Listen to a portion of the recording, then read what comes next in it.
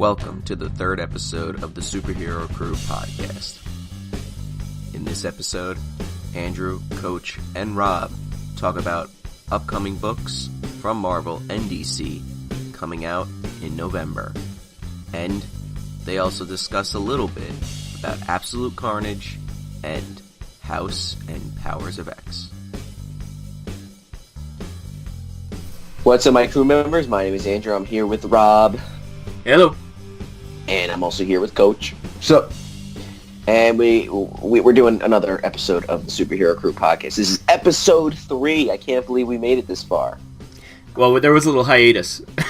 Yeah, just a little bit. But that was we were me and the coach. We went on vacation and we needed a break from YouTube for a little bit. So, we're back. Now's at Gen Con, so I missed that other week too. Yeah, so we're all messed up. It's the summer. Yeah, there's a lot of, and surprisingly, well, not surprisingly, but there's a lot of news to talk about, and I was keeping an eye on a lot of different things over the week that we weren't doing anything, and seeing like if there's any news that we could talk about, and there is actually. All of these actually happened a couple of days ago, so it wasn't even like these are from a week ago. These are fairly new. So, but yeah. So let's jump into it. We're I don't think we're gonna. Well, you know what? We're gonna segue into something. I have it planned out, guys. I have it planned out. But anyway, all right. And also, I will have the articles that we are going to be talking about in this video linked in the description. So you guys can, while you're listening to this, if you want, you could actually look at what we're talking about. So it doesn't sound like we're going crazy. But anyway, we have the first one right here. We talked about this, I believe, in the first episode, you and I, Rob, the Tales from the Dark Multiverse that they're talking about, or that they're doing. I mean, and these are kind of like, these are like DC's what ifs, essentially, where they're going to be screwing around with different events. And the other ones were, I honestly forgot what the other ones were. But we have here, they're going to be doing Tales from the Dark Multiverse Blackest Night #1, which is written by Tim Seeley, art by Kyle Hotz. And it is going to be a 48-page one-shot releasing on November 13th for $5.99. And then Tales from the Dark Multiverse Infinite Crisis #1, which is written by James Tynion IV, and art by Aaron Lopresti and Matt Ryan, also a 48-page one-shot releasing November 27th for $5.99 as well. So, what do you guys think?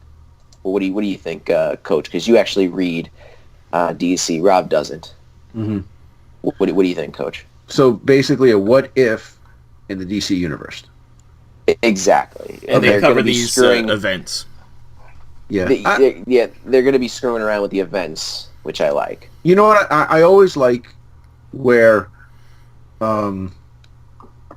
there's kind of a canon that runs through comic books. There's a storyline, but sometimes an artist and a writer might want to do something like, well, what if this happened, or what if this happened, or what if this happened? But it's so monumental they can't change anything. But this gives them kind of creative license to do whatever they want. I like it. You know, sometimes though the what ifs, they go too fast. It's like we were just reading. We got an old, in the dollar bin. What if Thor was raised by the frost giants? And it went from like he was a young boy to when he becomes like Thor, and it goes so fast. I think if they find a way to kind of slow it down a little bit, they can it would come out better. You know what I mean? It seems like so rushed sometimes, and that's the one thing I don't like about that. But when it's done right, it's when it's done right, it's really something special. Yeah, at least these are. Oh, what's that? I was going to say the same thing. These are 48 pages long, so that's really good. Yeah, 48 pages long, $5.99. Just which is better than it being in the standard size, because when Marvel tried doing the what ifs a little while ago, it was about last year, and they were horrible. I read one and flipped through another one. I read the Well, you actually, Rob, you read two of them. You read the EXE Men and Don't remind me. Did you read Magic? The Magic one? Yeah, I think I did. The Magic one wasn't bad. I thought that shouldn't have been a what if. It was a good story. But the EXE one was just terrible. It was like they were trying to do a whole new series and decided to just put X-Men on it to try to sell it. Because it had nothing to do with the X-Men. And the Thor one wasn't bad, but like you said, Coach, it was rushed. There was What If Peter Parker Became the Punisher? Oh, that was terrible. Oh my God! But the thing was that didn't make sense was in that he all of a sudden had the Punisher outfit like before anything. Like he instead of like I thought it would be like he would have the Spider-Man costume and then like go kill Uncle Ben's killer, and then be like, oh, I'm the Punisher now. Like, oh, I have the taste for blood or whatever. So then he becomes a Punisher for sure. But no, he had the Punisher outfit when he went for the wrestling thing. It didn't make any sense, and it was so confusing. And that was just that was so bad. Well, that was the best point about the old What Ifs is they always made sense where it diverted. There was always one little incident that changed it, and that it never did that kind of thing where it didn't make sense in the actual story. And everybody died. And everybody dies. Yes. But yeah, I'm excited for these, and they're only one shots, which is obviously good, and that means we have to get them.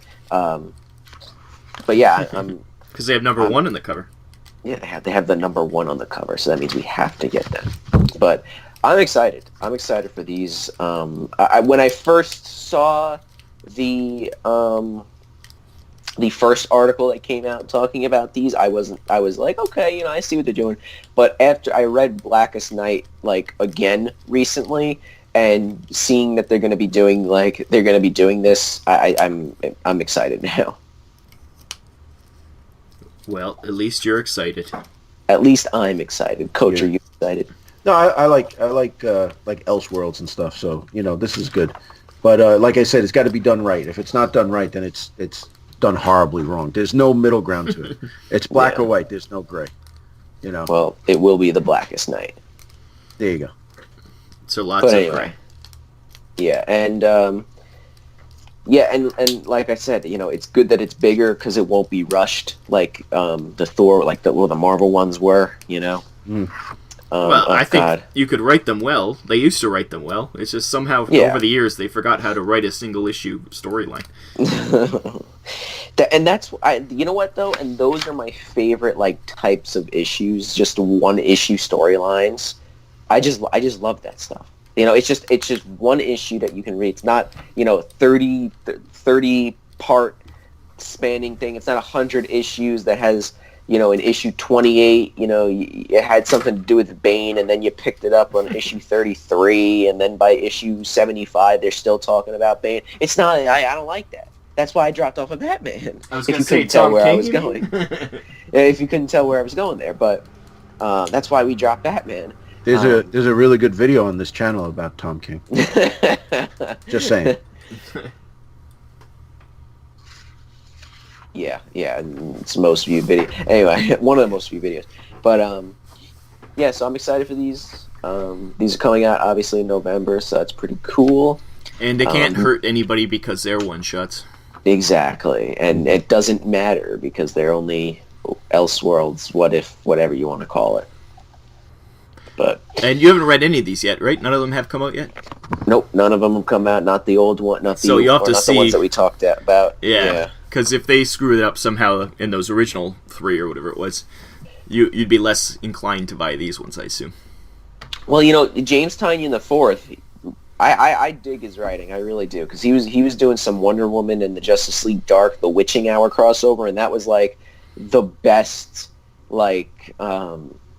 best Wonder Woman story or crossover that was coming out at the time. It was great because when issue 50 hit with Wonder Woman, after that it kind of went downhill, and then James Tynion came in and did the crossover, and it was it's pretty dang good. So I like his writing, but it depends on the writer. So, but next we're going to be talking about this, and now this concerns me. Okay, Green Lantern Black Stars #1, written by Grant Morrison, art by Zermanico.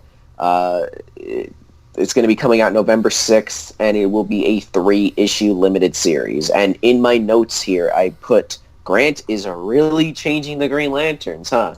Because it's something where the Green Lanterns don't exist anymore, and there are these things called the Black Stars. Okay. Now, Coach, we read about 4 issues of the Green Lantern series by Grant Morrison. What did you think of it? Horrible. The thing is that... They really were horrible. They were horrible. Okay, well, let me explain something, though. The first issue I thought was okay. It was okay. Okay, I thought it was okay. You were so excited to get it, you were dressed up as Green Lantern in your review. I was. In my review, I dressed up as Green Lantern, and the funny thing is in that review, I was going to take the costume off, but I stuck with it, and I read the whole thing. Unfortunately, I did not have the Green Lantern ring at the time, so that did not really complete the costume, which is very disappointing. I think I went into the comic store in the Green Lantern outfit when I bought it. Right. I'm pretty sure I did. And so now you're working in that store. Well, anyway, so you threw me off, right? No. So yeah, Green Lantern Black Stars. Grant is really changing the way that we know the Green Lanterns, because you see here it says paving the way for more exciting Green Lantern adventures in 2020. So he's really doing all this stuff, and the funny thing is that I don't care. Yeah, Grant Morrison's one of those people that he's got big ideas, but he tends to be so out there that you're like, well, this doesn't make sense. Yeah, like right. the first issue, it ended off of like, oh, we have the antimatter lantern. It's like, what a new okay, this is interesting. All right, I guess I'm down. I mean, like the issue was okay, but I guess that kind of piqued my never mind. You're not talking about it for the next 3 issues, and I'm like, okay, I guess that's it. Yeah, too much jumping around. Like not even coming back to it where you would care. Not ending arcs, and then it's like, why are we starting something new? I'm sure he'll end the arc like in 2 years. It'll come back to it, and it all makes sense. But it's like, well, yeah. I don't want to invest 2 years to try to get a whole story. Right. And yeah, he kind of did that with the X-Men, but that was back in 2000 or 2000 something, early 2000s, anyways. And he was a little less crazy then, but I think he's been let off his hook a lot more now, and he does really insane stuff, and sometimes it works, and then most times I find it's hard to get into. I like it when it's a limited series. Like if he does, I think, what was the one he did for DC that was short, and it was like, okay, he wrapped it up all in one little bow, and that was it. But yeah, generally he goes on and on and on, and he gets crazier and crazier. He is the next level of Alan Moore. Like he doesn't write as well as Alan Moore, but he's got the crazy ideas as Alan Moore, I think. See, I mean, Grant. Come on, Grant wrote, what was it? Arkham Asylum. Oh yeah, back in the day. On a series, you know what I mean? Yeah. It's like that's why everybody made a big deal about Grant coming to Green Lantern, and people made even like a bigger deal about Bendis going to Superman, and both of those were disappointing. Yeah, you're putting too much into it. That's all. That was when Bendis went to Superman. That's when the downfall happened for me with DC. It's so disappointing. Literally, I'm only reading 3 DC books: Deceased, which is an Elseworlds book about zombies, which is fantastic; Red Hood Outlaw, which I really, for whatever reason, honestly, Jason Todd's my favorite, like, Robin character or Bat character. Really, I like Red Hood a lot, and Scott Lobdell really changed Jason Todd throughout the years, and I like it. But now he's kind of becoming more of a jerk now, because he's kind of like the Punisher now, but he still has a soft spot. But anyway, and then Detective Comics, which is great. Those are the only 3 DC books I'm reading, and it's disappointing because I want to read DC books, but they're not good. It's very disappointing. About a year and a half ago, you were only reading. Yeah, it's amazing how it changes. DC. And you had your rant against Marvel. Exactly. I literally had a huge rant video. Go check that out. I want to do a video on my problems with DC. Like the sequel to that Marvel video. But that's going to take some time because I have a lot of things to say about that. At one point, like you said, Coach, I was reading only Spider-Gwen. That was the only Marvel book. Right. And it was the whole thing with Marvel Legacy, that whole thing. And then Fresh Start happened, and I was like, oh, they're doing another relaunch. But it was really for the better because it was great. They really fixed a lot of things. So, I don't know. It's disappointing where DC's going right now. Hopefully, sooner or later, I can get back into DC. But I don't know. All this Year of the Villain stuff that's going on, and I don't know. I can't find myself to care. But yeah, 3-issue limited series, Green Lantern, Black Stars. Honestly, it only being a 3-issue miniseries, you might think, I might get it, but no, I'm probably just not even going to bother. And it's going to tie into what he's doing now and go into what he's doing after. It's not self-contained, I don't think, at a very least. Yeah, and that's what's disappointing. If it was like a self-contained type thing, then yeah, I would be all over this. But now it's tying into what he's doing now. I do like the alien from Invasion with the red dot in his head right in the corner there of the cover. Oh, the Dominator. Yeah, I love those guys. and the Black Star is shooting Steppenwolf, I believe that is, and then there's Mongol, and looks like, is that, what's his face, Starro? Black Star, wasn't there a cartoon called Black Star back in the day? Yeah. Isn't there some copyright? Maybe if you put the hyphen in, you'd be okay. Yeah. I don't know. Yeah. Definitely not an in for me unless you come back and say it's the best thing ever, which but even then. But, Coach, yay or nay? I don't know. I mean, it's a number one. We have to get it. Well, we have to get it because it's number one. But Grant Morrison changing Green Lanterns once again. Yeah, he kind of changed him with the first issue, and what was going on. They made him more of a he changed the status quo for Green Lantern, and he's doing it again 10 issues later. With this. And I don't think that artist is good enough to have a single name. Yeah, Zermanico. I looked him up. He's some Alejandro Bennett. His name is Alejandro Germanico Bennett is his real name. So use your real name. Don't have some stupid name. And I look it up. I'm like, I'm not impressed with his art necessarily. It's not great. Right. Yeah. What's with the eyeball with the nails in it? That's a very Grant Morrison image. It reminds me of the Invisibles back in the day. Yeah. He does that kind of stuff. He likes imagery. But yeah.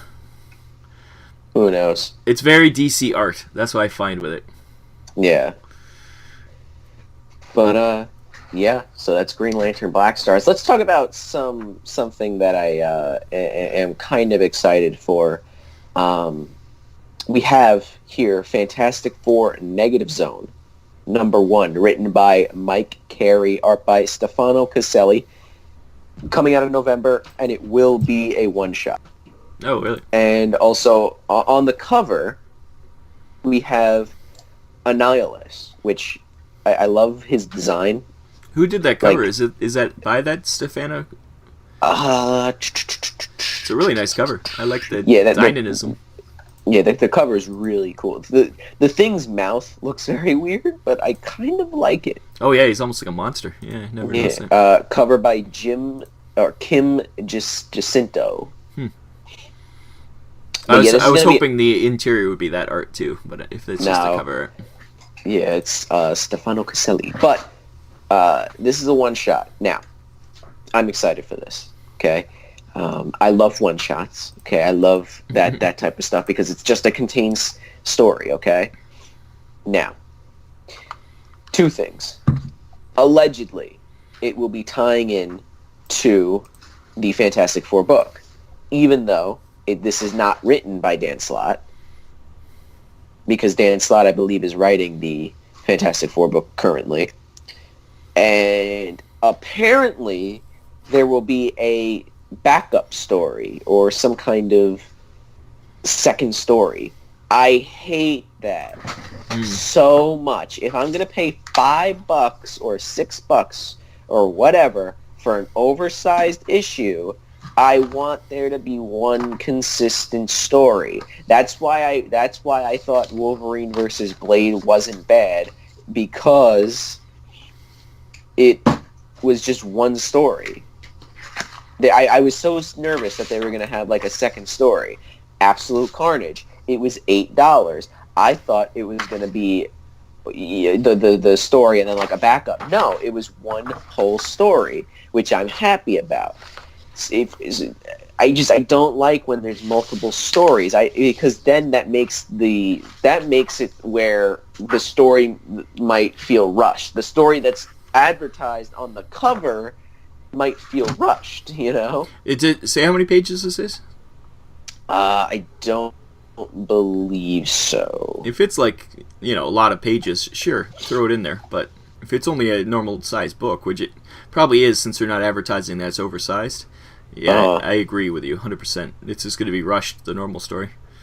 And I don't think it'll be normal size. I think something like this will be a big sized, like a $5 sized issue almost. But that might just be like making room for the new story. Yeah, or not a new story, a backup story. So it's it'll be 28 pages of Fantastic Four and another 5 pages of whatever, right? Yeah, but like I why can't they just do just one story? Because then it makes that story feel rushed. I wonder if it's a case that they just had this on the back burner somewhere and they just were going to use it, especially the backup story. I don't know. Is Coach reading the comic at this time right now? No. Your paper noise is quite loud. Okay. And so some of us have to work for a living, but go ahead. Well, I am working. I just don't get paid for it. Yes. Right now, I am working. This is work. Anyway, and there's also something about the Fantastics or something, which was like some knockoff Fantastic Four team that they were talking about, and it mentions like something about them. So is that the backup story? I don't know. Yeah, that's what it seems like, that they're saying it's to. I'm gonna get it because it's a one shot, but it's a number one. It's a number one. We have to get it. You have to get it. But I'm just trying to figure what this Fantastics is. Yeah, it's some team from like issue 3 or 4 that's like the rip-off Fantastic Four almost. This is 2D Hope. Well, there's already a Hope. You can't have another person named Hope. You can't have another person named Hope. Iceberg and Mrs. Fantastics. Ugh. Yeah. But you know what? I see a Nihilist on the cover. I think this might be worth picking up, but we might have a rant coming in November about this. We'll see. I hope not. But I really, like I said, they got to stop doing 2 stories in a book because it's just annoying. Yeah, what's worse, a 3-issue miniseries or a book with just terrible backups? Yeah. That's a hard choice because I hate 3-issue miniseries. I don't know. This is almost like an annual. Just call it the freaking annual. Right. That's what it seems like. It just seems like Fantastic Four annual. Yeah. I miss annuals. They really do. They do them randomly now. It used to be all at the same time. All the annuals would come out. Yeah, and like Savage Avengers is getting an annual around when issue 6 comes out. Yeah. So it's early. It's not even like 12 issues. Because they can't trust that to last for 12 issues. So. Yeah. It's crazy. Marvel's crazy. They do what they want. It's no wonder all these comic book companies are going out of business. Yeah, it's disappointing. Did you hear the rumor about DC? What's the rumor? That Warner Brothers is going to sell them. Really? I can't remember who it was too. It was somebody really bad, and it was pretty much they were just going to sell the IP and shut down the comic books. So we'll see if that happens. But the funny thing is that, like, why shut down DC if the books make money? Like, I feel like if they do that, they'll just lose money. Well, they use it to do movies and other things, right? Video games. That's where the money is. The comic books don't make any money. Well, because here's the thing, like, I think but here's the thing, I do think the comic books do make money, you know, and people realize that the DC movies are garbage, you know what I mean? And like, I think doing that is like just taking a big chunk of the money that DC does make, or that Warner Brothers does make. Yeah, I think that the movies have done so poorly that Warner Brothers is like, yeah, this is worthless to us, so let's just give it to somebody else. It'll be a reboot, like that. The X-Men movie, the latest one, the Dark Phoenix one, was the worst money-making X-Men movie ever. So I could see why Fox was just like, yeah, let's just get rid of all this. So yeah, it's that made sense just because, you know, it's original. It is a Marvel property, you know. Yeah, but I could see that. It also, I'm amazed that more things aren't just going digital, like companies just doing digital-only comics. How dare you? I'm amazed that it's not happened. I don't know if it's not good. I don't think it's a good idea, but I'm amazed that one of these companies has just said, you know what, it's not worth us selling to Diamond, and let's just put it out on our website or on Comixology or whatever and just be done with it. But I think with that, it goes into the whole collection thing. For the consumer, it's terrible, but I think as a business person, because they don't make any money off of back issues, it's all done after that. Right. So for consumers, I think it's horrible. Like, but the thing is if you have a back issue that's worth a lot of money and it gets sold, and then it gets out there, let's say Hulk 181, you have the Holy Grail, which we have, and we want to sell it. We sell it for a record price, and there's big hoopla around it. There are going to be people who jump on the bandwagon and start buying more books, just because it's like everybody's looking for that Rembrandt. Everybody's looking for that, the secret pirate treasure. So I think that's what kind of fuels it. You know what I mean? Yeah, that's what they rely on. That's why they put out 8,000 different covers and try to make everything's an event. That's what they're trying to do. Yeah, I don't know how successful it is anymore. You know, like it's not like it used to be where there was big books like that. Now they try to manufacture it, and I think that's an issue. Ever since the 90s with Image and all that, I don't think it's been the same about collecting. The only thing that people are collectible now is if a movie's coming out, and that's just the speculator. Well, they'll buy it just to resell it. Right. Because somebody was just talking about there was a rumor that Black Knight was going to be in the last Avengers movie, Endgame, and so the first appearance of Black Knight went through the roof, and then he never showed up, so all these people got screwed. So I think that's hilarious. I think that should happen more. I think we have that. I think we actually have that. Man, I wish I would have. Wish I would have known that. Yeah. Yeah. So it's that kind of thing. The movies are. I think that. Well, what did Marvel have 5 movies this year over $1 billion, or Disney did, and it's just like, wow, that's crazy. That's where the money is. That's real money. When they're selling like 70,000 comic books, that's not. When it costs like $4 to make a $5 comic book, that's not a good thing, you know. I'm sorry to say, it's doom and gloom, but hopefully I'm wrong. If that happens, it will be disappointing. Oh, obviously for comic book fans, but I think we're few and far between nowadays. Look at San Diego Comic-Con. There's no comics at that Comic-Con anymore. It's pretty sad. Yeah. Anyways. Anyway, let us talk about comic books that are coming out. Well, they still exist. Or at least, still exist. We have a lot to talk about here. That's why I saved this one for last. There are a bunch of books that have been revealed for coming out in November. So we got a lot of stuff coming out. We'll talk about it right now. Let's do it. I'm so excited. Okay, first things first. Deadpool, #1. Written by Kelly Thompson, art by Chris Bachalo. New ongoing series. Why?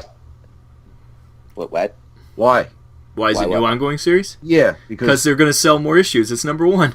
Oh, well, I got to tell you, I wasn't really a huge Deadpool fan. I started reading the series, and I became a Deadpool fan. You know, I think we picked it up at issue 10. Right. But what I'm saying is those issues were really good. Is it a different team on it, or was it Kelly Thompson? Yes. Yeah. Yes, it's a different. It was I forgot what his name was. I like Chris Bachalo. He's a really good artist, and he'll be good for Deadpool because he's pretty wacky and pretty out there. So that'll be fun. And you could tell by the cover because he's done Spider-Man. Was it Big Time or something? I forgot what that storyline was that he did, and I'm getting that like type of feel, and I think that art is perfect for Deadpool, like you said. But apparently he's going after the King of Monsters because the monsters have set up a new kingdom. According to the article, it says their new kingdom on the magical land of Staten Island. Is it a magical land? Is it a magical land, Coach? Yes. Oh, okay. Staten, Italy? Yes. But yeah, so I was disappointed that the Deadpool series ended because I was like, oh, God, we're going to get a new number one. I'm telling you right now, we're going to get a new number one. Mm-hmm. They're not going to go to issue 16 or anything and just switch the artist and the writer. And I was right. They should call obviously this... I was right. They shouldn't be just Deadpool number one. It should be Deadpool King of the Monsters number one. Yeah. Like, I hate when they just have the same name. Because, once again, for collecting, that's a pain in the ass. Yeah. Well, it's going to have the legacy number, so it'll be all right. Is it? Yeah. Probably. But, yeah, like I said, disappointed because we picked up issue 10, which was the first appearance of Good Night, which is some character that they that was created. And that was the first appearance of him. So we're like, we'll pick it up. We read it. It was actually pretty good. And then we read until issue 15, which I was like, wait, this can't be. Oh, this is it. Are you kidding me? This is it? Let's take a really good storyline, really good crew, really good artists, really good dialogue, and get rid of them, put somebody else on the case. And I feel like issue 15 kind of just ended, like, without anything. It was kind of just it's almost like stop. You're waiting for 16. Because this is what happened. I'll tell you exactly what happened. Because at the end, it says, stay tuned for Carnage versus Deadpool, the absolute Carnage tie-in. So they probably were like, all right, you're off the book because we're going to get this 3-issue miniseries of Deadpool versus Carnage, and then we're going to have Kelly Thompson come on the book. I will say, Kelly Thompson, she's the one who did Rogue and Gambit, and I hated Rogue and Gambit before she wrote it, so she's a really good writer, and I don't know about writing Deadpool. He's kind of hard to write because it's hard to be funny, but yeah, if she can make me like Rogue and Gambit, maybe she can make me like Deadpool. And you don't read Deadpool, do you? No, you weren't. I like Deadpool in the movies, and I find he's fine as a guest character in a comic book, but his own comic, I've found it obnoxious every single time I've read it. But he's an X-Man. You have to read every X-Man book. He's not even a mutant. He doesn't count. Which is always funny, because he always tries to join the X-Men, and you're like, you're not a mutant. Which was very disappointing in Deadpool 2, because he didn't want to join, and Colossus wanted him to. Yeah. Yeah, it's funnier that he wants to be part of it. Yeah, I think that's a lot funnier. I think they really screwed that up. I mean, the movie was good. It made a lot of money. It was funny, but that one thing bothered me a lot. Yeah. Yeah. Can't have everything. But, yeah, I mean, this is a number one. What does that mean, Coach? Well, we have to get it, but I think I want to get it just because I want to read more, It could be good. Yes. It's just annoying that they do this. Marvel does it all the time. We should be used to it by now. They reboot everything every 12 months. Which is so disappointing. I hate it so much. Well, I'd be fine with it if they did like Dark Horse, where it's a continuing story, but it has a different name, like they do with Hellboy.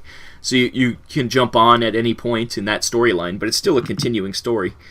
But and have the legacy numbering, that's great. But yeah, exactly. But listen, I understand that the book went for 15, 16 issues, whatever it was. I think it was 15.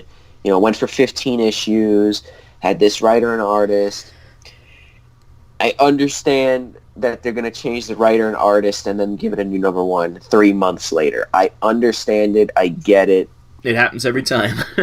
But for an example like Spider-Gwen, where they end the series at like 34, then they give it a new writer and artist to tie in with Spider-Geddon. Then it's a 10-issue series. Then a month later, it's the same writer and artist giving her a new number one, which actually comes out next week or this week by the time you guys are watching the video or this podcast or listening to the podcast. It comes out this Wednesday. And well, they really want to get that Ghost Spider name over, right? They really want that Ghost Spider name to stick. Everybody's still going to call her Spider-Gwen. Exactly. Because I don't know. It's disappointing. It is. I'm going to read it because it's a number one, but also she's my favorite character. She's my favorite comic character. So I think that in this situation for Deadpool, it works, but I still hate when they do it. It's Marvel's world. We're just living in it. Yeah, exactly. And even DC changes writers all the time with their books. They don't change the numbering, though. And exactly, they don't change the numbering. Literally, it was, like I said, like bringing up Wonder Woman again. It was one writer from issue whatever. I picked it. I started reading it at like 31, I think. So it was from issue 31 to 50 was one writer. Then issues 51 to like 53 were Steve Orlando. And then after that, it was the crossover event by James Tynion IV. And then G. Willow Wilson picked it up, and that's when I dropped the book because it was horrible. But, yeah, it's ridiculous. Why can't you just keep going with the numbering? Money. Exactly. But yeah, so Coach, yay or nay? For Deadpool? Yeah. I said it 4 times that we're going to get it. Well, obviously because it's a number one. But let's give it a shot because it's a number one. But hopefully it's as good, if not better, than what's been coming out. Yeah. Now, what we aren't getting because it's a number one is Scream: Curse of Carnage number one, written by Clay Chapman and art by number one. Chris Mooneyham. There's a system. New ongoing November release and it's going to be tying into the events of Absolute Carnage. Is this the first time? The Scream symbiote has bonded with a new person. First time on our own ongoing series. First time. Yes. Yeah, we got to get it. No, it's Scream. Nobody cares about Scream. Is that her name? Nobody cares about the symbiotes. Yes. I don't even know who she is. Why is there so many symbiotes? Here. I'm going to educate you here. Oh, great. Okay. In the 90s, there was a series called Venom: Lethal Protector, and in that series, I believe how it worked was the Life Foundation created symbiotes. Either they created them, or they're like I believe it was that they made them in the lab, and there were 5 symbiotes made. There was Scream, Riot, Agony, Lasher, and Fag. Oh, yes, I remember all the names. That's pretty sad. It is pretty sad. And they actually just released a one-shot this week of Absolute Carnage Separation Anxiety, which has 4 out of the 5 symbiotes, and then they gave a whole one-shot just for Scream, which I did not get the Scream one. I did get Separation Anxiety because, why not? But because apparently it takes place before, and it talks about some things before the event. I don't know. But why is Scream, of all characters, to get an ongoing series? It's not like it's a mini-series. I think it's an ongoing series. I think it comes down to the fact that we don't know who she's bonded to. I guarantee it's Mary Jane. Mary Jane? Look, it's got red hair. Oh, okay, because it has red hair. Or it's Black Cat because it's got white hair. Oh, I see. That's I can only think that that's the important. They mentioned it in the blurb that that's an important part. Who is it bonded to? So I think that's going to be the final page reveal of the first issue. Maybe Typhoid Mary. Could be Typhoid Mary. I'll give you that one. She's been around too. Or it could just be a nobody. I don't think so. They wouldn't have mentioned it in the blurb. Maybe it's Morbius. Speaking of Morbius, the living vampire. But I Coach, yes. Do you really want to get this, like, in all seriousness? All seriousness, that Morbius movie's coming out soon. This will be worth something. Morbius or Scream? What are we talking about? Scream. Oh, Scream. You're back to Scream. Come on. One. We're back to Scream. I thought we gave up on that. I know. Well, you know what, Coach? Gwenpool's Strikes Back came out this week, and I did not get it, and that was a number 1. Well, that's hard cheese right there. Yeah, this is like moldy cheese. Scream is moldy cheese. It's true. Because nobody cares about the symbiotes anyway. If you're gonna get a number 1, get Mobius. That's the best line in Absolute Carnage was when Eddie Brock was talking to Spider-Man, and they're sitting in a diner, and he turns around and he goes, Peter, Spider-Man goes, I just can't stand all this symbiote stuff. I wish it would just go away. You're like, yes. And then later on, Eddie Brock narrates to himself. He's like, you know what? Peter's right. Yeah. He's like, I wish all this. That's pretty bad when the writers are saying that. Funny thing is that it's Donny Cates, but don't worry, we'll talk about Absolute Carnage at the end of this article. But all right, next we have Morbius the Living Vampire, number 1. This is written by Vita Ayala, art by Marcelo Fieria, and it'll be a November release as well. Probably an ongoing. It doesn't say exactly whether or not it will be an ongoing or a limited series, but apparently Morbius is trying to cure himself, but makes himself into an even worse monster. That sounds like every Morbius book ever. I read it was 9 issues, the Morbius series, a little while ago, and in trade form, and it started off good, and then it kind of derailed and and didn't really make sense. It didn't feel like a Morbius book that much. I hope this actually feels like a Morbius, I don't know what you would consider the feeling of a Morbius book would be, but it felt like Morbius wasn't really even doing anything in that book. He was just there to be there. I hope this is actually has something to do with Morbius the Living Vampire, and clearly, apparently it does, because he's going to turn himself into an even worse monster than he already is. But Coach, what do you think? What do you think? Yeah, it's the number 1. I'm telling you though, this one, it'll be worth something. Because that movie's going to come out, and people are going to be like, I need Mobius number 1. And then it'll be here, right here. And it'll be like, that's not the right one. Oh, it's the one I can afford. Yeah. I don't have it any longer, but I did buy the original series. Well, I don't know original series, but the one back when Ghost Rider rebooted too with Danny Ketch. Morbius had a series, and I had that one. And this described it pretty accurately. That it's just him trying to cure himself and is making it worse at all times. Yeah. So nothing new or exciting.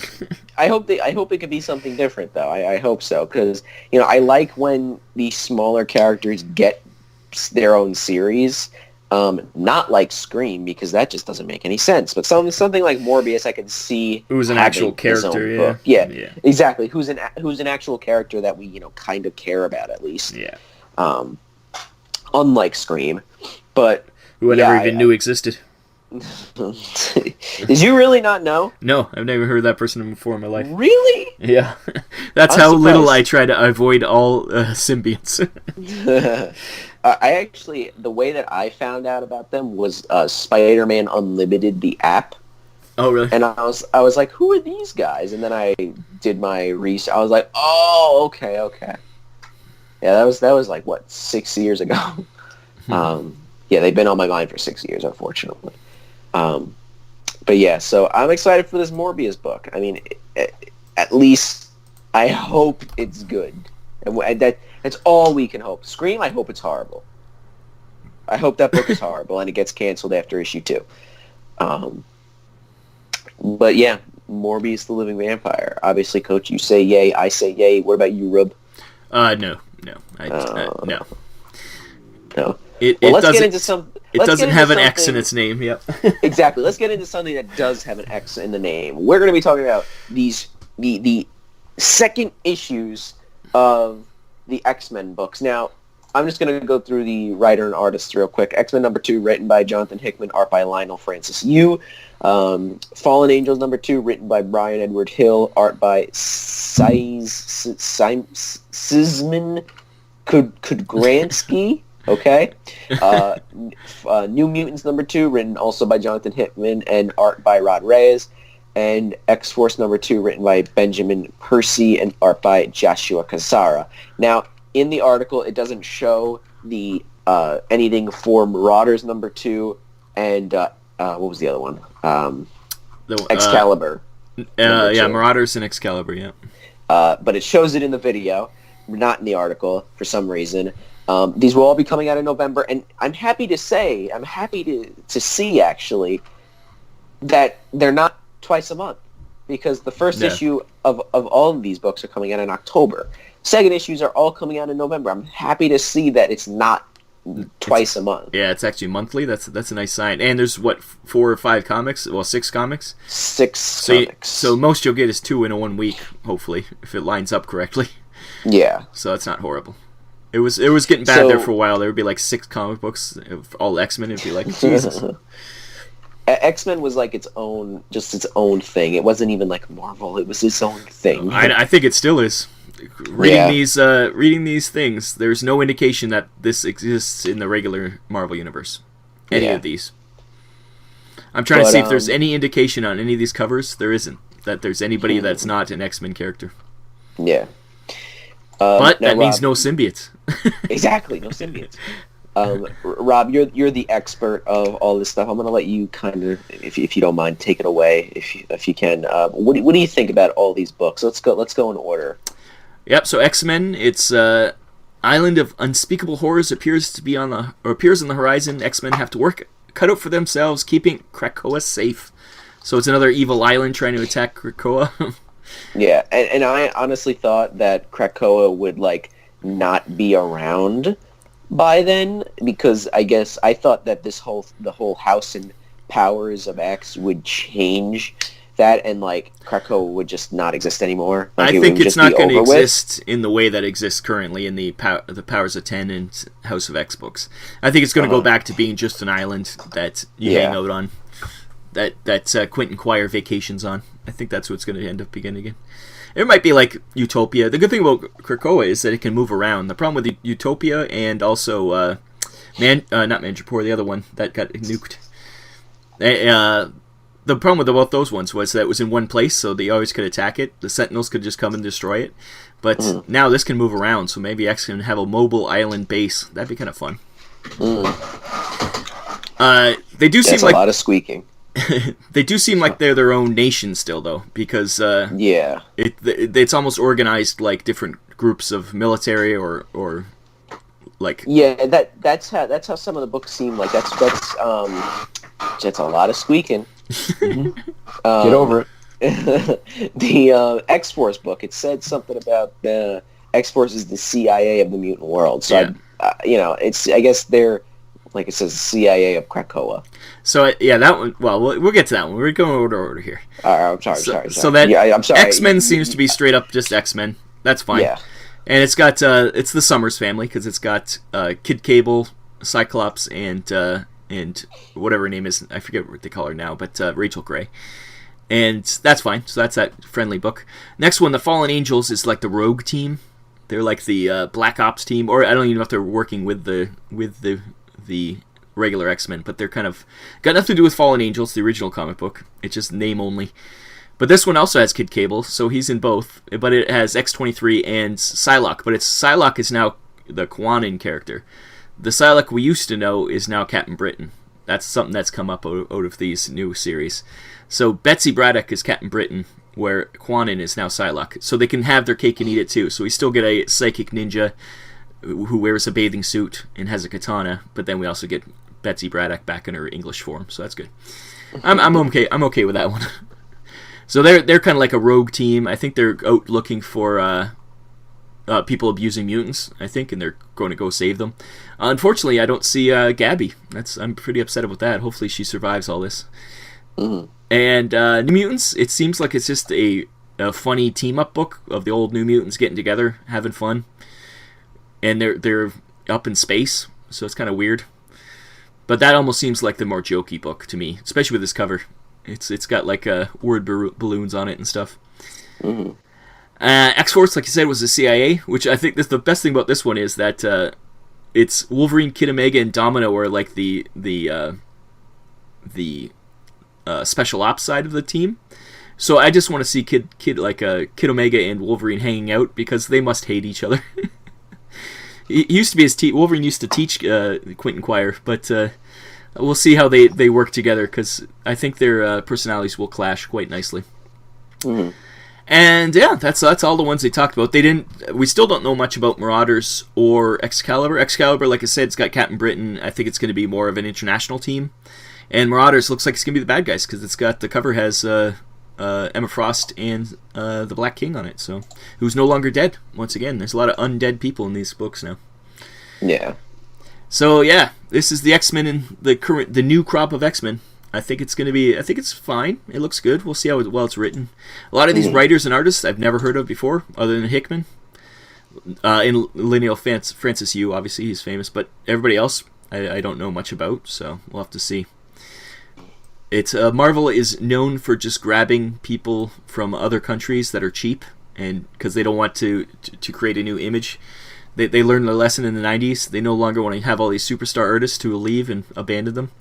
So now they don't do that anymore. So we have a lot of just sometimes really good, but just unknown artists. So we'll see what happens there. Mm. So that's the X-Men books for November. Yeah, and also the New Mutants. Is that Gladiator? It could be because they're in space. It definitely has. And they're teaming up with the Starjammers. I think it might. I think once again it might be a joke. It's probably not Gladiator. It's probably someone who just his shadow looks like Gladiator and it turned out to be like a Yoda-like figure. But yeah, it looks like the New Mutants are trying to steal something and they get caught by Gladiator. Yeah. And once again, a lot of undead people in that picture. I'm trying to think, is anyone actually... Maybe Mondo? He might be the only one who's lived through the current crop. The rest are all dead, so... I think anything that happened before House of X and Powers of 10 doesn't count anymore. It doesn't matter. So... Which is disappointing. Sort of. For the X-Men, it's sort of disappointing, but... as long as you get a lot of the stuff they did recently, I didn't like how they went. I like these classic characters together, like the New Mutants have the old team together. That's fun. So yeah, I'm okay with it. I'm not gonna cry too much about that. Don't cry. It's okay. As long as it's all written well. Once again, all these writers, I looked them up, and most of them are like book writers. They don't write comic books. So they've done that a lot in the past. So we'll see how that works out. But yeah, we'll see. We'll see. We still got to get through these next 4 issues of House and Powers. So yeah, unfortunately. Oh come on, it's good. Even though what I've read is really good. I don't know about really good, but it's definitely interesting. Well, House of X 2 was really good. Yes, that was definitely standout for sure. That was really good. Speaking of which, I figured we could talk about that really quick. House of X number 2. That came out, last week? 2 weeks ago now. We did not read, me or Coach did not read Powers of X 2, which came out this past week. I read it. Which you did. And so I'm not going to be talking about that, but what I did want to say is that I think what might happen is that, spoilers, by the way, because, spoilers for House of X 2. Moira what is her name? Moira McTaggart. Yeah. Yeah, she is apparently a mutant. Yes, she was never a mutant before now, but she's a mutant now. and like Xavier didn't know who she was, and then that was back in the past. She introduced herself early. That's all. Yeah. So she pretty much reincarnates in Groundhog Days her whole life. So she gets to redo it over and over again, and she's tried many different ways to make it so either the mutants are destroyed, and then that solves the whole mutant problem, or to help the mutants. And she's failed, 9 times. So this is her last try. That's what they think, that she has a limited amount, and she's trying to make it right. That's because Destiny said it. Yeah, well, and it was something to do with and I think didn't someone scientifically said why there's a reason to why there could be a limit. It's still not a hard limit. And Destiny pretty much threatened her and said, if you don't try to help mutants, I'm going to come after you every single one of your lifetimes. Right, I'm going to kill you. Yeah. So, it's an interesting twist. It doesn't change anything, which I think is really cool. And it makes Moira McTaggart seem a lot more interesting, even because she always used to be like, oh, she's the scientist doctor that they have to go to once in a while. But now with this, it really adds a lot to her character, so it's kind of fun. It's one of those ways to retcon everything without changing anything, which I think is a perfect way to retcon something. Now, are they going to do something where it's like what you've been reading from the X-Men is one of Moira's lives, and then this now Powers and House have started, it's going to perfect it, which is her new life, which is a new life that she's gone through. That's why all these people that are alive, seem to be alive, are they were dead. I think it's another go through. She convinced Xavier early on how they can fix it all, and this is like a trial run, and then it'll probably by the end of the series we'll get the real run, which will be the real universe. Mm-hmm. She'll have one last go through.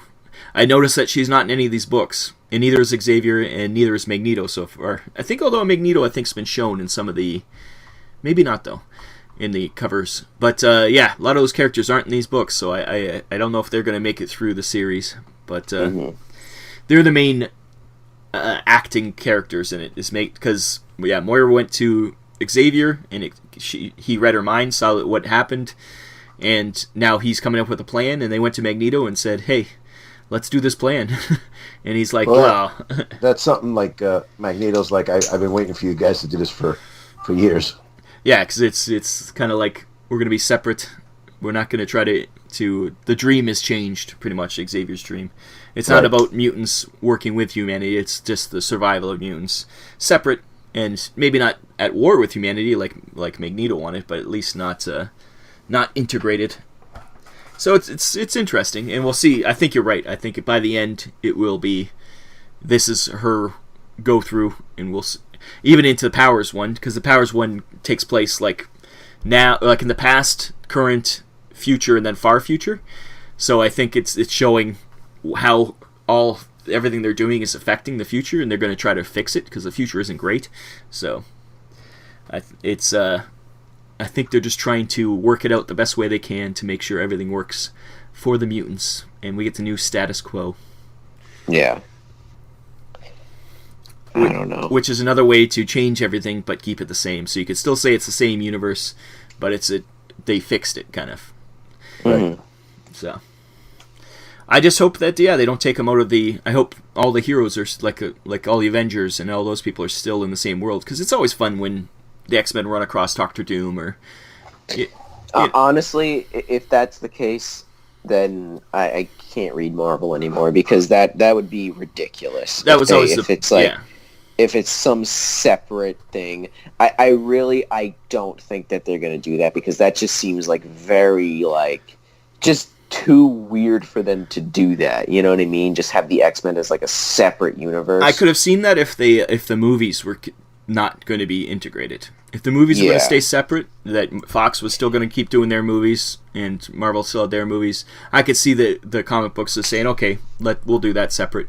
But now that they've already said that they're going to come into the regular Marvel universe in the movies in 2021 or 2022, I can see this setting up that as you have to integrate them in the comic books too, I would think. But what I did hear is that the stories that are going to happen after House and Powers of X will be what the movies are based off of. I could see that.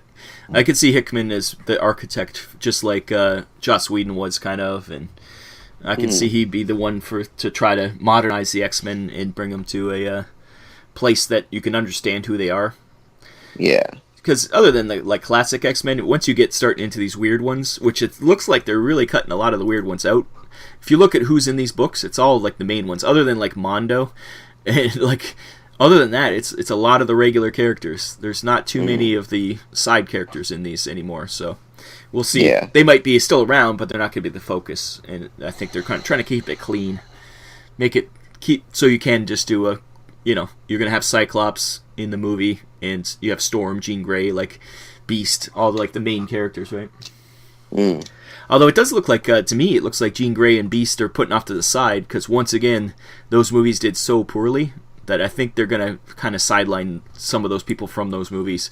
So I don't think Beast, Jean Grey, Cyclops was barely in those movies. Who else was it? Mystique, obviously, she's still around, but I don't think she's going to be a major character. And Magneto and Professor X look like they're gone, so I could see them trying to distance themselves from those bad movies, especially the latest one, which was so bad. So, and yeah, we'll see. Yeah. I'm sort of optimistic. Just by the look of these teams, I think they could be fun. It doesn't look like they're screwing anything up. Everybody's got their costumes. They haven't really changed them much. They've tweaked them, but not really changed them much. There's a distinct lack of Havoc in any of these pictures, but hopefully he'll be around. So there you go. All right. Well, now if you don't mind, if you can pass the torch back to me? Sure. And so we can talk about. Oh, I think it's time to end the show. I don't think we have any more time. Oh, look at that! Look at the clock's ended here. We don't. Sorry, we gotta go. We don't have to talk about this very last comic book. No, we will talk about it because you might be surprised about something because we have Absolute Carnage #5, which is written by Donny Cates, art by Ryan Stegman. Obviously, will be coming out in November. At least it's the final issue. Yeah. Absolute Carnage was only supposed to be 4 issues, and now it had a 5th issue. It was so big it got out of control. The article that came out was that Absolute Carnage has a much-needed 5th issue. And I'm like, oh, God. But if we can talk about Absolute Carnage really quick, I thought it was really, really, really, really good. How dare you? What's with the spirals on all their foreheads? Because they're... Yes, that's you got to read the book to know. You have to read Absolute Carnage, which is $8. Can I have a spoiler? What the hell's with this? All right. Well, you know what? This is a perfect way to segue into Absolute Carnage #1. Spoilers for Absolute Carnage #1. If you have not read it, go read it and then come back. Or if you don't care, like me. Yeah, exactly. Basically, the whole thing is that Cletus Cassidy died again, and but like officially though, kind of, and this cult that worships Null, the symbiote god, brought Cletus Cassidy back to life. So the Carnage symbiote went to Cletus Cassidy. So now that's why Carnage is kind of like he's kind of bony, as you can see. He's fighting Venom and Spider-Man. That's him up top. He's like very bony so looking. He was like rotted when he went back to him? Yeah, kind of, because like there's parts where you see Cletus and he's kind of like part skull, like some skin is... Yeah, it's like... It's very weird. But what Carnage did was he went into this prison that he was going after Norman Osborn. And basically he's trying to feed off of people that have worn the symbiotes. And he was going after Norman Osborn because recently Norman Osborn, remember we talked about that, turned into the Red Goblin. Oh, yeah. By having the Carnage symbiote. But basically, there's a lot of squeaking. Somebody's birthday's coming, needs a new chair. Well, if this was a family gamers podcast, there would be no squeaking at all. Well, because we're more professional. Okay, yeah. But anyway, so what Carnage did was he went to the jail that Norman Osborn was being held in, and Venom and Spider-Man were trying to get Norman out so that they could save Norman, I guess, so that because if Carnage feeds off of Norman, he will get stronger or something. Because there's it's so weird because there's these. This is how they explain it. If you have worn a symbiote, you have these tiny little microscopic symbiote pieces on you. They're inside you. Yeah, they're inside you, and but you didn't eat them. On your whatever, on your DNA something like that. It's just inside you, so. It's like a virus. Symbiote, yeah, no. If it takes you and leaves, it leaves a little portion of it behind, so you'll always. Yeah, but very microscopic, I don't know if it was microscopic, but they showed it. It was wrapping around DNA. Right, but there was quite a bunch of it because they were collecting it to make. Carnage was getting stronger by collecting all these guys and stuff. Yeah. So what happened is that he goes and to the prison and kills these people, but pieces of the Carnage symbiote go onto these people, and then they turn into these Carnage minions. And that's what those thingies are. Well, that explains everything. It explains everything. Not really. But I did think Absolute Carnage #1 was really good. I do have to say it is really good. And I think Donny Cates is a really good writer for making me like it.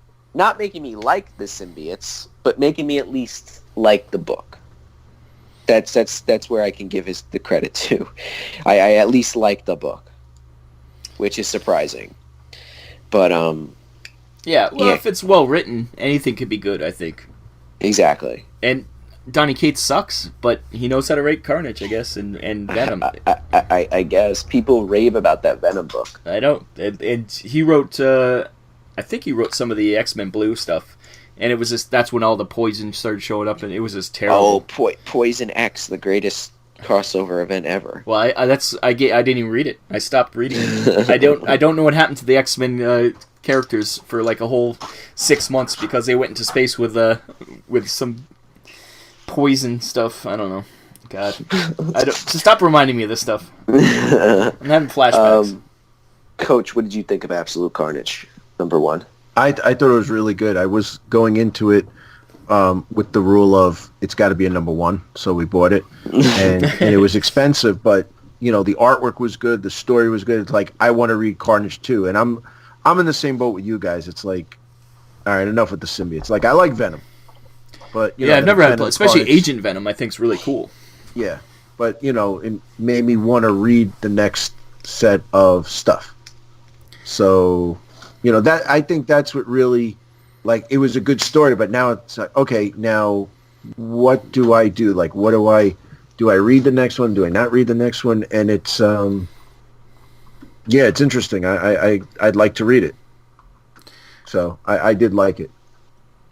Was it oversized? Yeah. It was okay. $8. I was going to say for $8, it better be oversized. Oh yeah, but it was. What was good though?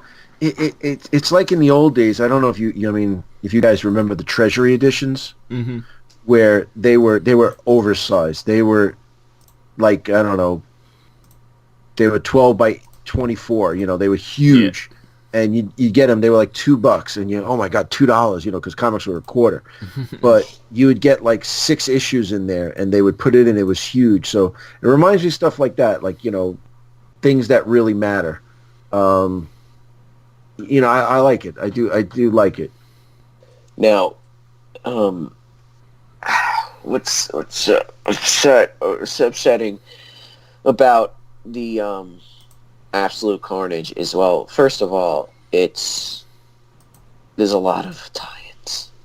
No, yeah, but a lot of tie-ins. Do you really have to read all the tie-ins? I'm not. No, I'm not reading all of the tie-ins. I just picked up the separation anxiety because the crappy symbiotes were on the cover, and I was like, oh, I haven't seen them in a while. You love those guys, it seems. You remember all their names.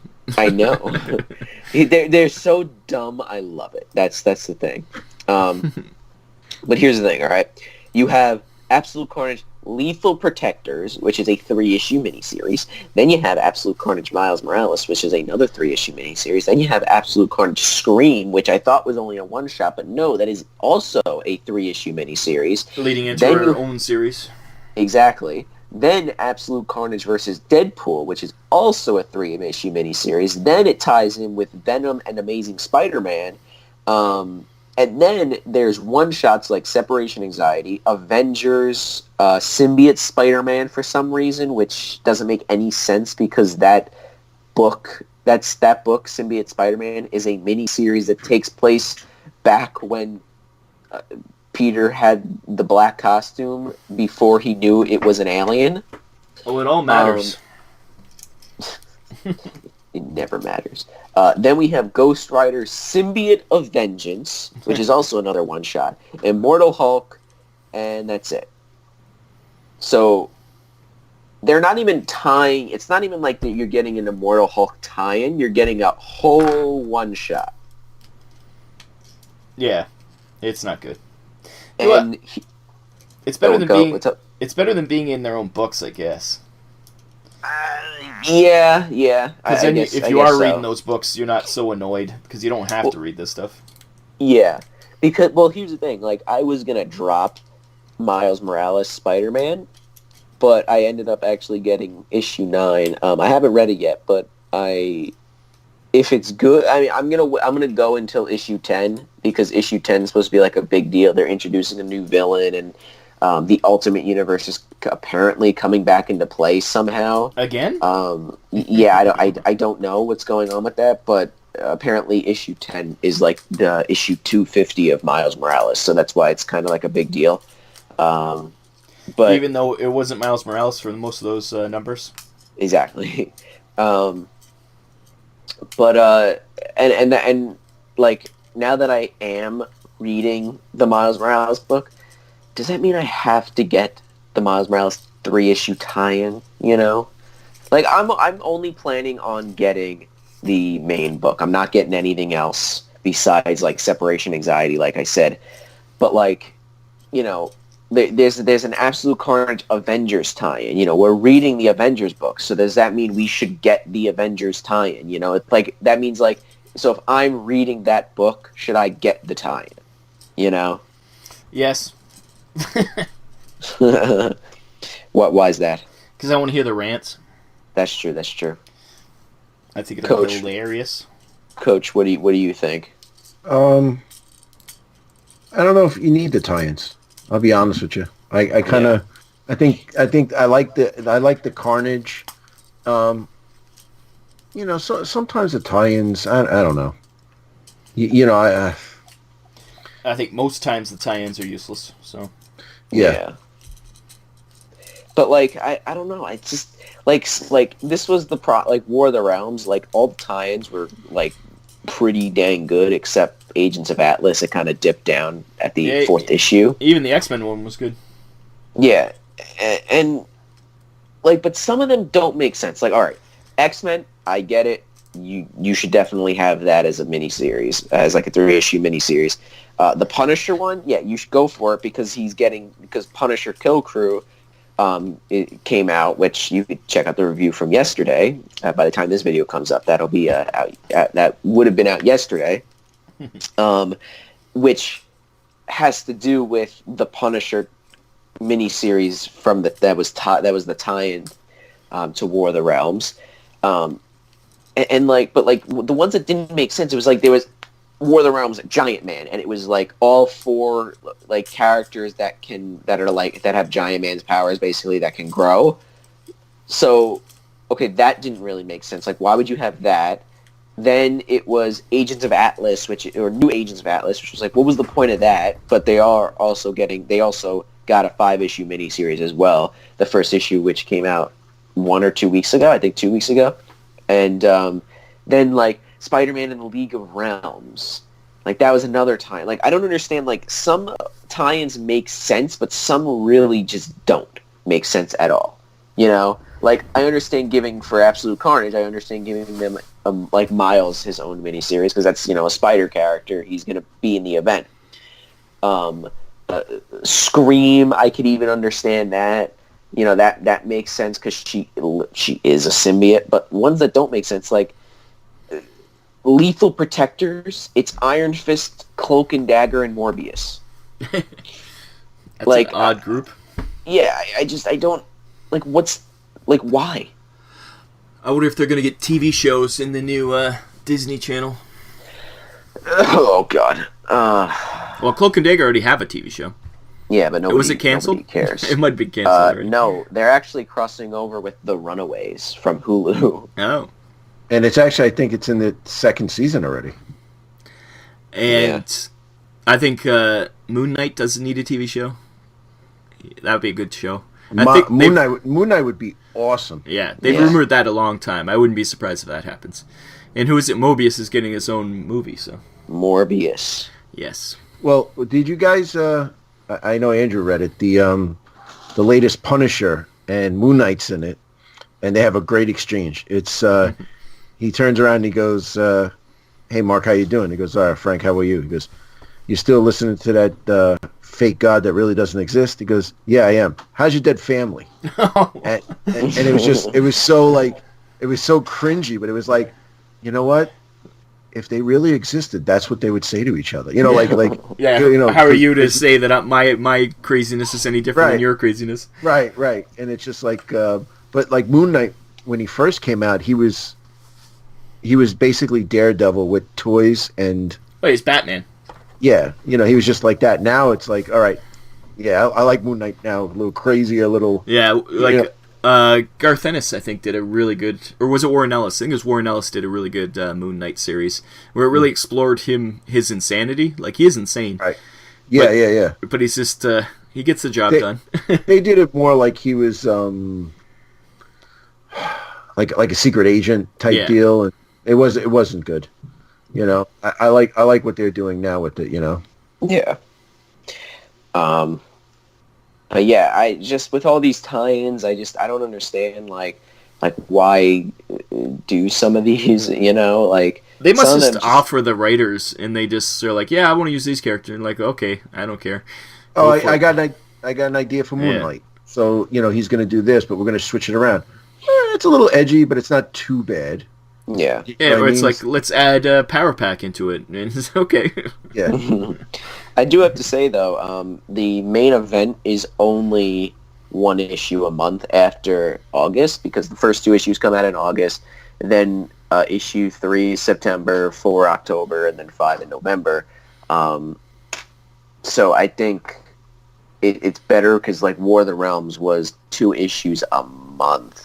Yeah. Of like oversized $5 issues, you know. And look at House of X and Powers of 10. There, it's 4 issues a month.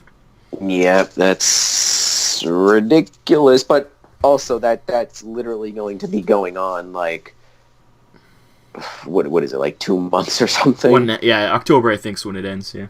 Yeah, so it's you know, a month and a half pretty much. Power through this is going on, you know. So it's not even that bad, but you know. Like, you have this whole event that's going on, you know. Like, Absolute Carnage is going to still be going on by the time the second issues of all the X books are out. Yes, that's true. And that's...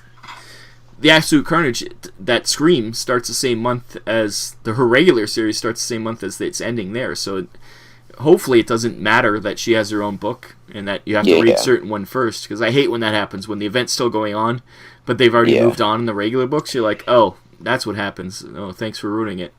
Well, I wonder what they're going to do, because War of the Realms, if you saw my Punisher Kill Crew video, that video I talked about how, like, how Punisher Kill Crew is one of 3, maybe 4, like, well, technically 4 or 5 books that are like the aftermath or like post-War of the Realms books. You have Valkyrie, then Loki, Punisher Kill Crew, and then you have the Thor book, and then you have King Thor as well. So, which is like a 4-issue miniseries. So you're getting 4, maybe 5 if you count the regular Thor book. Like books that are going on after, like, post War of the Realms that had big things to do with War of the Realms. Yeah, didn't you have that same issue with Spider-Geddon where it just kept going on? Oh yeah, it was well, the only book that really kept going after Spider-Geddon was Spider-Gwen. That was it, because issue 4 was like, okay, what happened after that? Nothing else really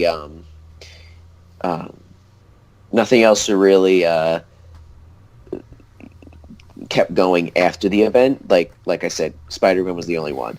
Yeah. But for Absolute Carnage, we're getting Scream. Are we getting any other books post Absolute Carnage, Yeah. Well, that's what I'm wondering. Marvel, their whole thing is put as many books out as possible, and because it's not about quality necessarily, it's about quantity, and that's why they're always number one in sales. It's because they have like double the books of DC. Yeah.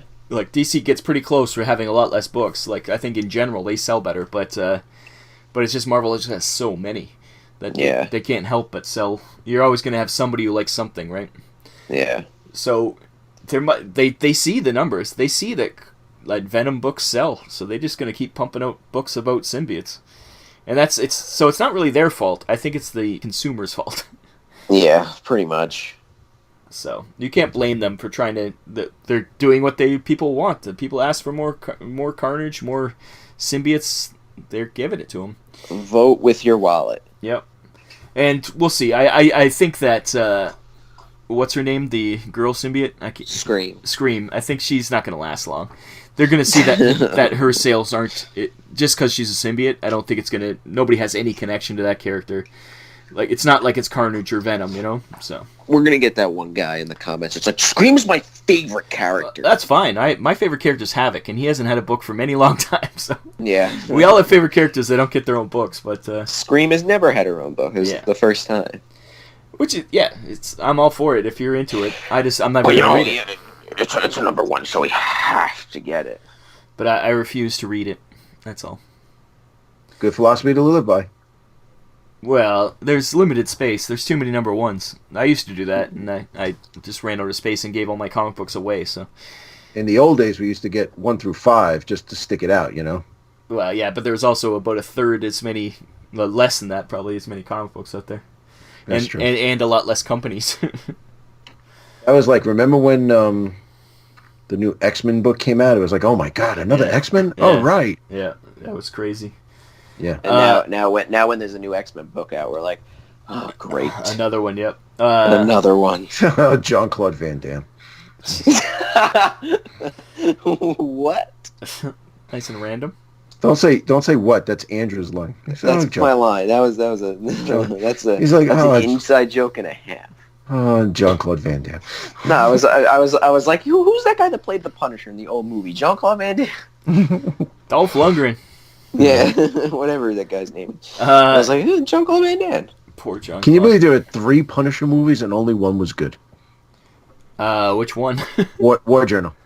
You think so? That was like the worst one. It's Warzone. But everything was good except for I liked him. I liked the partner, the black guy that was helping him. His partner. The whole Jigsaw thing though was just that was terrible. The whole and his brother, like that guy could beat people up. That was the worst part. But the movie itself, the character, the hell's his name? He was Volstagg in or that guy he did really good. But I think I'm a Thomas Jane man myself. No, you know who I think would be a good Punisher? The guy Frank Grillo. No, he's already in it though. He's already no, I'm saying Crossbones. Yeah. But Crossbones is dead. Or maybe he's not. Maybe he came back after the boof. The boof. The boof. Yeah. Well, Punisher is. We'll see if it ever happens again. They got 3 seasons. That's pretty good. Yeah. It's one of those things where like I don't think we'll see Daredevil, Punisher, Power Man, Iron Fist, Jessica Jones. I don't think we'll see any of those characters for a long time in any other media just because they got their chance. They have other people to explore. Fun times. But that's pretty much it. That's all the news that we have to talk about this week. Is there anything else that you can think of? You guys don't read any image books or anything? What is this? Big two only? Yeah, only the big two. I can't deal... Well, actually, what are the only... We only read two image... Well, like indie-type books. We read... my dad reads Ronan Island, which is Boom, and then the Transformers book by IDW, so... Yeah. Transformers book. What about any Judge Dredd? Yeah, 2000. Well, anything Judge Dredd we have to pick up. Yeah. I would read Hellboy, but it's done. They're just the BPRD thing is not good. Well, they have the new Hellboy books are all like back in the past. They're kind of fun. They're just miniseries. It's fun to pick up those. It's just pretty much Hellboy in the 50s and 60s. Mm-hmm. Yeah. There's a lot of good image stuff, but Die is good. It's all. I heard good things about that. Yeah, it's about It's kind of like the Dungeons and Dragons cartoon. These kids get dragged into another world, but this is like what happens 20 years later when they get dragged back into that world after they have escaped. And it's pretty dark and it's pretty cool. But they've already made a role playing game about it, so it's kind of fun. Really? Because it's based the world is based on a role playing game, so they made the role playing game that in real life too, which is kind of fun. Mm-hmm. And what else? I don't know. That's about it. There's a lot of good things. Lazarus is coming back now. It was on hiatus and now it's back in like very large prestige format books. They're like 50 pages each, so it's like it's a long read every 3 months or whatever it comes out. But it's all right. Rob, are you still reading Transformers or no? Yes, Transformers. Yep. What do you think? It was a slow burn. It's finally picking up now. We're getting more into what's the thing's actually about. For starting off a new series, it really is slow. I think we lost a lot of readers who aren't. I was kind of interested, but I like the original IDW world so far better than this one. But it's still it's interesting. I literally knew nothing about Transformers. That helps. Really, and me jumping into it, I was like, oh, okay, First issue I thought was pretty good, and then, I've stuck with it, and I think it's pretty good. What they did was, though, with the physical copies, I think issue 7 and 8, what they did was they packaged it with a pack of cards from the trading card game. And now, I looked into it, and it's really fun. So now you're forced to buy blind packs of new cards all the time? Pretty much, which we just did today, actually. We did today, yeah. And I what did sucked that. is... What sucked was, though, that we bought 5 packs, and 4 of them had Autobots, and only 1 was a Decepticon. Excellent. Which we can still do Autobots versus Autobots, but still, you'd want to, yeah. I want to play Decepticons. You got to go to the secondary market and buy single cards. And it wasn't even like a new Decepticon. Like, it's another Starscream, but like it's a better Starscream than the one that we had. Yeah. I'll tell you a horror story. Back in when Magic the Gathering just came out, I sold all my X-Men comic books to buy Magic the Gathering cards when I was like 14. How dare you? I know, and I've just recently almost got that collection back. And it's I'm telling you, that's the horrors of gambling. That's what it is. Don't get hooked in, people. It's fun, but like what I do like about it is that I don't know how Magic works because I never played Magic, but Pokemon, we played that, and that was fun. But what happened is that if you get like I'll get a pack and that's awesome. I got this rare. I can't use it. Yeah. So I can't use it. I don't know if that's how Magic works. Well, Magic, there was 5 colors, so you might get an awesome card, but it might not be for your color. So, but here's the thing, though, with Transformers, every card that we got, we could use. Yeah, you can mix and match. It doesn't really matter. If I could pull random packs, even if it's horrible, I could still use them. Yeah. Like every card that we got today in those packs, we could literally use each one in a game because you can still. That's what I like about it. Like you could still use. Yeah, but you're still early on. The cards. Wait till you get 1,000 cards and then you get these packs and you're like, oh, it didn't have my ultra rare I was looking for. You start, getting mad. Yeah. That's CCGs. I'm sorry. I love Transformers, but I just can't do it. And they hooked you in with those comic books, man. They did their job right. I do like LCGs though. I want to like Keyforge. I want to get Keyforge, and I have a bunch of legendaries, and they're really fun. All the Marvel Legendary and the X-Men Legendary and Aliens Legendary. They're all fun because they're contained, and you can get an expansion. You don't have to get every expansion. If you like the characters, go for it, but you don't have to. Yeah. That's what I like. Yeah. Yeah. And if that Transformers game was like that, I guarantee I would be in on it. Yeah. But I cannot do CCGs. I have addiction issues when it comes to little cards. I know what happens. Technically, you don't actually have to get the. That's not the point. It's not that you don't have to. It's that you'll be like, oh, it's only $4. I'll buy 10 of those, and then you're like, or I'll buy a box. Yeah, exactly. Yeah. Well, I know people still doing Magic the Gathering, and that it's just like I can't believe the money they spend on it. Yeah. Well, I'm sure you can see it in the store. I'm sure that people you can see what people drop on Magic the Gathering cards. It's crazy. People come in and they're like, "Hey, you got Magic cards?" And then it's like no, and then they just like, "What?" And then they leave. Yeah. Andrew goes, "How dare get you off our land? Get off our land! This isn't your land." Yeah, well, that's all the gaming stores. They're just they have to. That's the way they survive. Yeah. And yeah, well, that's fun. Transformers, though, at least I like the property. Where Magic was just, it's just like fantasy. I guess there is a story behind it, but there wasn't much of one. At least Transformers, you get it and you're like, oh, well, this is a cool character. I remember him. Yeah. They even have Magic comics. Yes. Oh, yeah. Which I don't understand. They had a Magic miniatures game. Yeah. Based on we have it. HeroClix. Or not HeroClix, HeroScape. We have the what's it called? Some board game thing. We have 2 of them. But they came with a lot of stuff, and we got it at $5 below, so it was definitely worth it. Yeah. It's because it was supposed to have a bunch of extra stuff to come along with it, and it must not have sold because they didn't actually make more. So you got those starter sets, which is fun, but yeah. Well, for $5. Yeah, exactly. Anyway, we're getting off. Well, that'll be all edited toward the end. There's really no topic, but thank you guys for watching, whatever you did.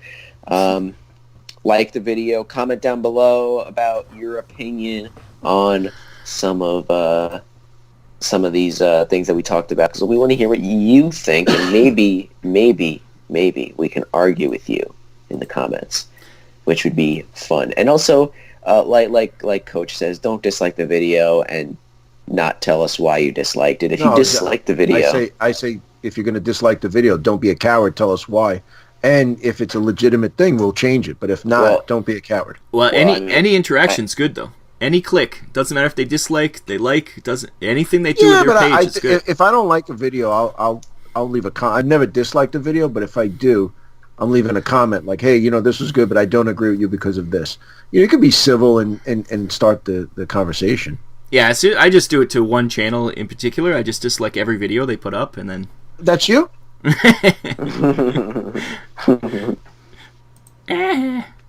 Anyway, so guys, like, comment, subscribe, and stay tuned for more Superhero Crew podcasts coming your way, because we will be doing these because these are fun. And hey guys, so we will see you in the next one. Bye-bye. Bye-bye. Bye-bye. Oh man, you let Coach get the last word. Always. Well, I'm still recording, so nobody's got the last word yet.